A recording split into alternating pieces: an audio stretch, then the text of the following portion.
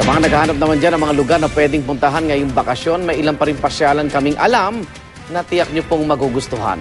Kabilang na riyan ang kuweba sa Surigao City kung saan may batong hugis trono at ang isla sa Masbate na hugis sombrero naman. Narito po ang report.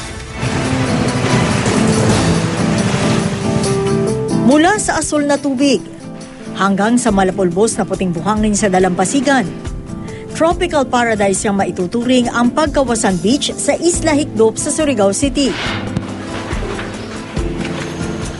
Di kalayuan mapapasyalan ang Buena Vista Cave ng isla.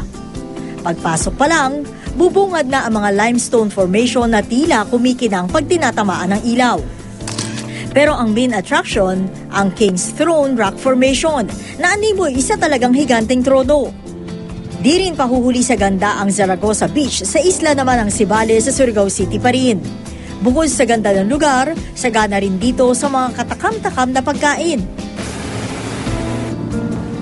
Isang islang hugis sombrero naman ang pupukaw sa iyong atensyon sa San Pascual, Masbate. Nakabibighani rin ang malinaw at mapag-anyayang tubig at maging ang buhangin. Secluded din daw ang isla, kaya naman perfect ito sa mga gusto ng tahimik at bakasyon ngayong tag-init. Dito na rin nangingitlog ang ilang pawikang nakatira sa dagat. Para sa Saksi, Sherian Torres nag-uulat.